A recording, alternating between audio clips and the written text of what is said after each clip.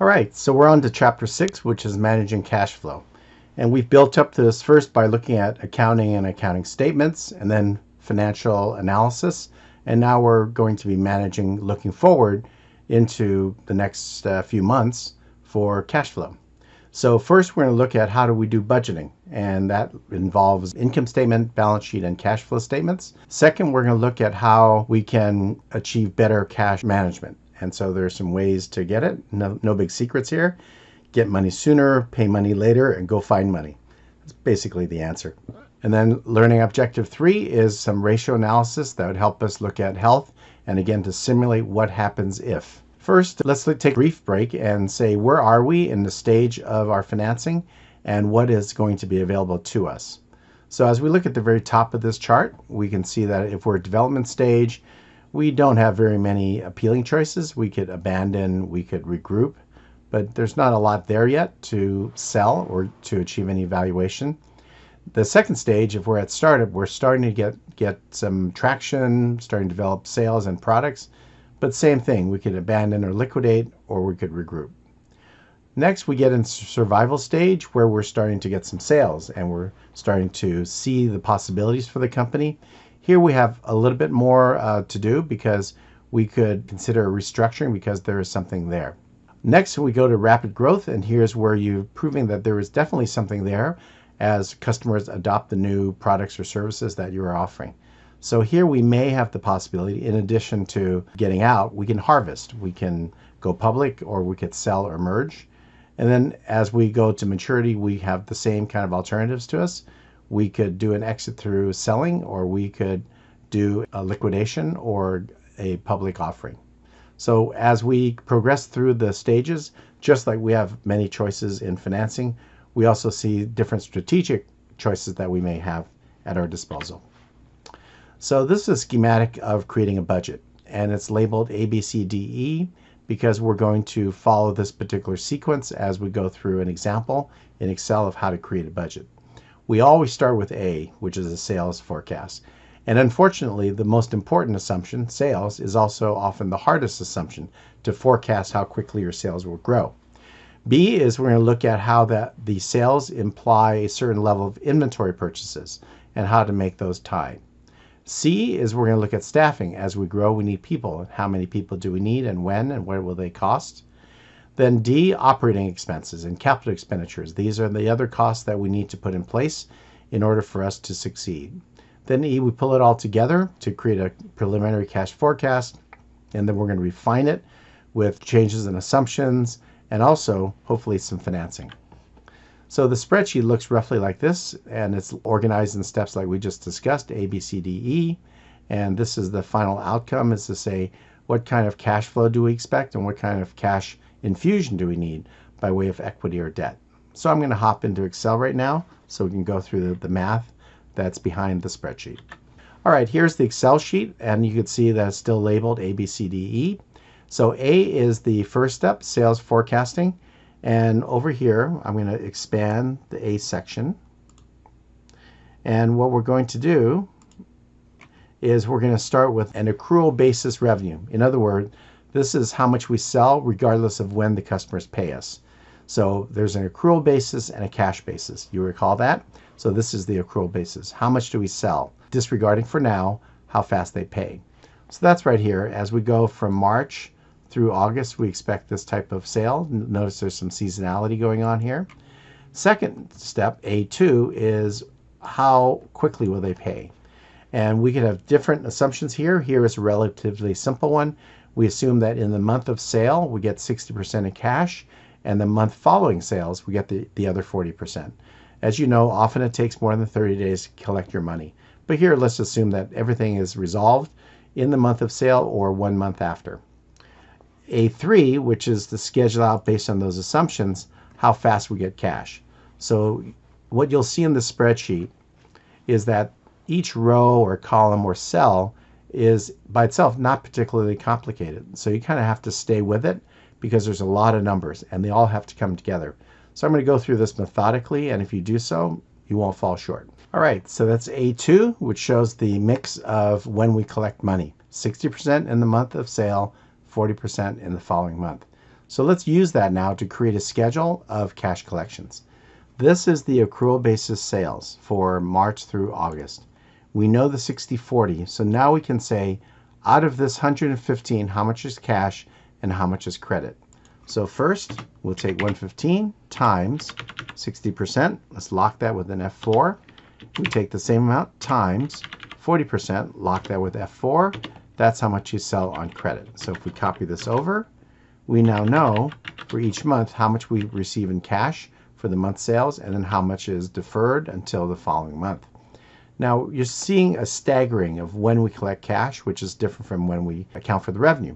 So now we'll go to cash collection. So this is the key that we want, is cash collections, because this is going to carry forward later. So in the month of April, what do we get? Well, we get cash collections from the month of April. Great. We also get the ending receivables from last month. So we get the ending receivable from last month, which is equal to the sales times the credit amount. So we'll receive $36,008 in the following month. Let's do the month of May. First, we got this much in May, cash sales for those we sold in May, plus we get the receivables that were sold in April. They're going to pay in a month. So in May, we collect the credit sales from April. And then June, we get, again, the cash we sold in June, plus the leftover, the receivables that we had in May. And from there, it's the same. So we just copy that over. And we see that in July, it's 69 plus 52. And in August, it's this 52 plus that 46. And then the leftover money here is the receivables that we had in August. So this row becomes quite important. This is the cash collections expected from April through August. All right, so that's sales and the cash flow related to sales. Next, we have inventory. If we know our sales, then we can now estimate how much do we have to buy. This is our assumption that 70% of the sales is what we need to buy for that month's sales. We can look up at the cell. E13 is the sales. So if we sold 115, 70% is cost of goods sold. So that is 80, and here, same thing. It's the accrual basis sales times 70%. So this is an important number because it represents how much do we expect to sell or need to pay in the month of May. However, we also are building up inventory. And here we need a bit of a policy. So here's the policy, is that we need enough inventory at the end of the month to cover 80% of next month's sales, plus another buffer of 46,000. So that's kind of complicated sounding, right? So let's do these, as I said earlier, very methodically so we can go through this. So first, in the month of April again, we need 80% on hand for the prior to the following month. So here, if we look at April, we know May's sales of 128, and we want 80% of that on hand. So we want that much at the end of the month. The buffer inventory is set at a fixed dollar amount, 46,000. So at the end of the month, we know we want 149. This is the amount for each of them. If we go out to say June, we notice that it's 80% of July plus our buffer of 46. So we need 110. Now, we know our cost of goods sold, and now we also know the amount of purchases we need for each month. So again, picking on April, beginning inventory is 110, which is ending inventory March. We have sales in the month of 80. That's going to subtract. That's going to be less from the beginning inventory. And our ending inventory targeted at 149. It's right there.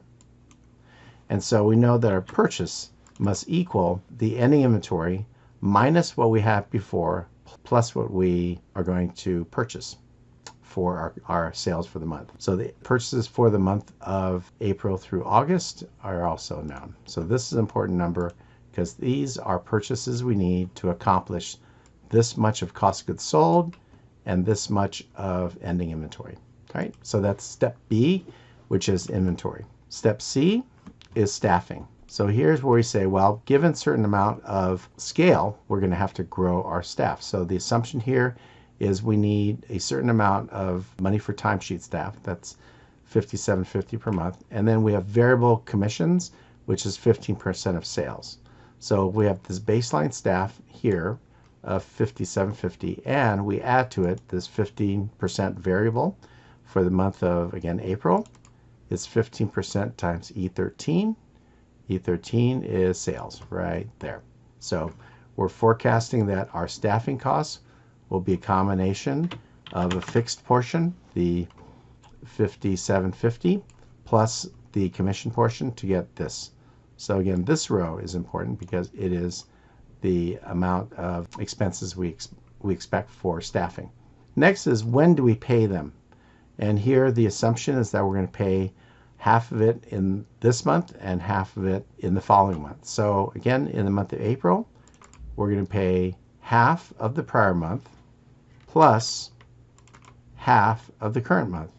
And so in May, again, we have half of the prior month plus half of the current month. Why does this take place?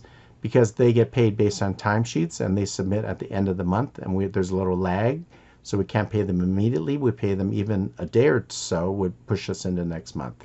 So this is the cash payment for the timesheet and bonuses that we're going to pay for our people. So that's our staffing cost. That's step C. Step D is other expenses and capital expenditure.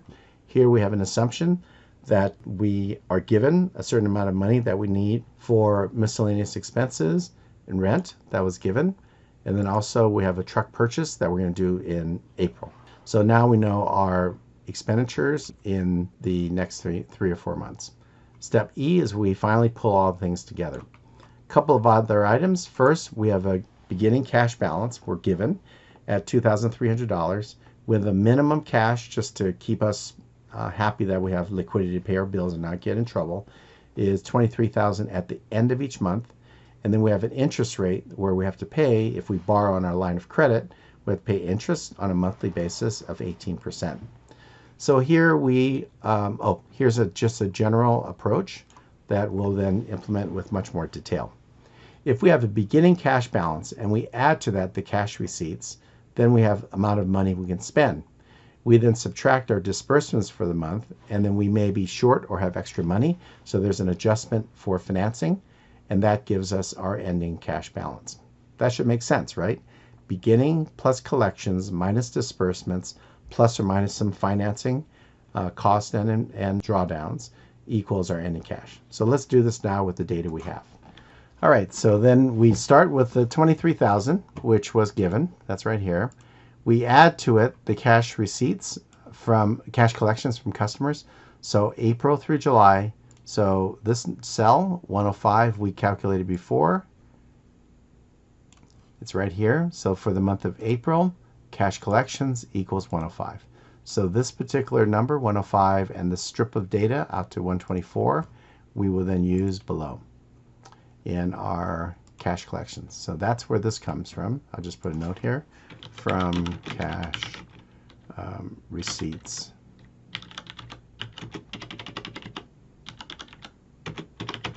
Section.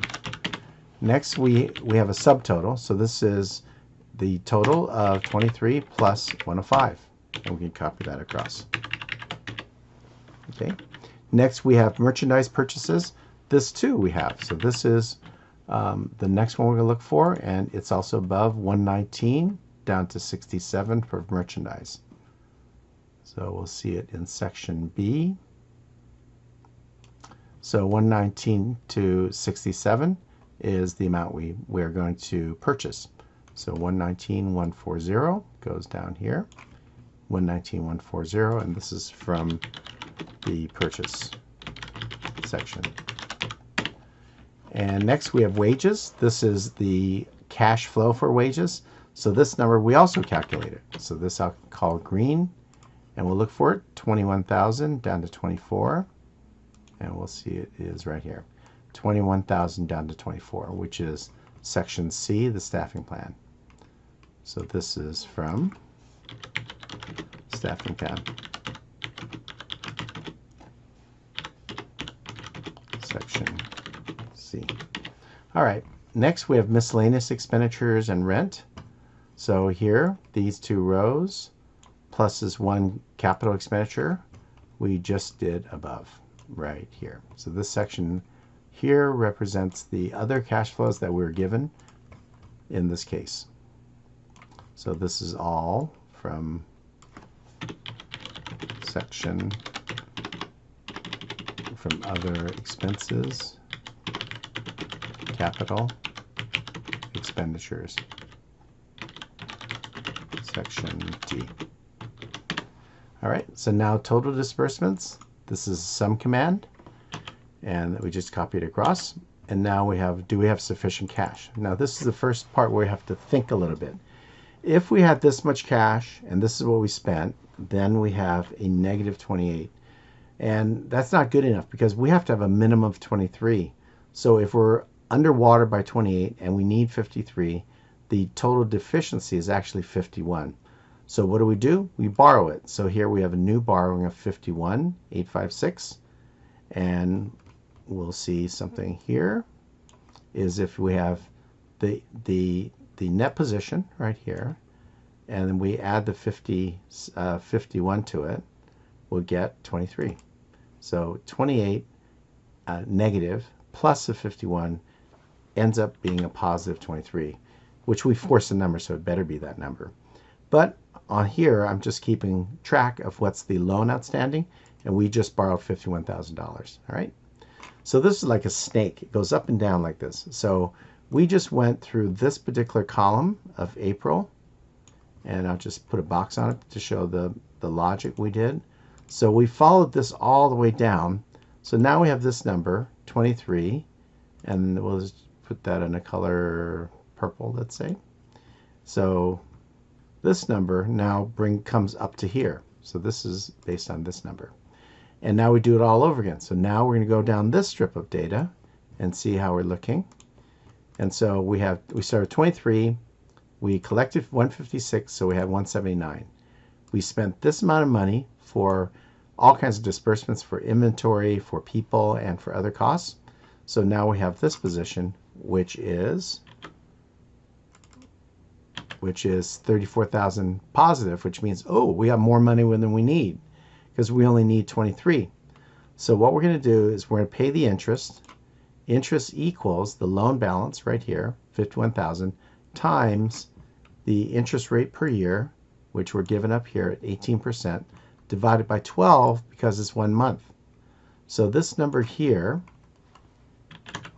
the 778, represents the amount of interest we pay for 1 month at the 51,000. All the rest of the money that we have to excess cash, if you will, we'll use to pay down the loan. So here we're going to reduce the loan by 10,607, which is that we knew we had an excess of 11,000, and we know we have to pay interest. So the difference, we're just going to pay down the loan, because if you don't need a loan, why have a loan? When we do this, our net position of cash is as follows. We had an excess of cash of 34,000, but we're going to use it to pay down the loan and pay our interest. And when we're done, we have the magic number of 23. So that's 23, and we go up here and we start again. So now we go through this particular month and we say, what do? Well, we had 23, we add 156, we have 179. We spend all this money from above, which means we have an excess of 54,000. Now we only need 23, so once again, we know we're going to be in good shape. We pay our interest, which is equal to the outstanding balance times the interest rate of 18% divided by 12. So of the excess, we're going to use 600 of it to pay the interest, which means the difference between 31 and our interest is how much we could use to once again pay down our debt. So we get to pay down another 30,000, and we end up with 23 again. So now we're to the last month here. So let's highlight that. In the last month, we start with 23, got it. We collected 124, we got that from above. We spend money, got it. So the total expenditure is 102. So here we're at 44,000 left between what we have and what we spend. Now here we have to be a little careful because we only owe $10,000 left on our loan. So first let's pay the interest, which is the beginning balance times 18% divided by 12. Now we have 159, we have 21,000 extra money. So we don't even have a loan that high. So what we can do is pay off the balance of the loan. So notice this number is exactly equal to this number. So we could pay a maximum of what we owe. So we owe $10,597. Let's pay it. And end result is here, which is greater than our minimum 23 because we've made enough money. We borrowed money. We successfully paid it off in 3 months, paid the interest that was associated with it. Now we have extra money to the tune of $33,000. Right? So this is an example, pretty simplified one of a cash budget, but it's pretty representative of what you would likely see. Our goal is to figure this one out. How much debt do we need to do? And this one out. What is our cash position at the end of every month? And in this case, it's a good news story that we're making money. And although we needed to make a loan, we're able to quickly pay off the loan with all associated accrued interest. We wish it were always that easy.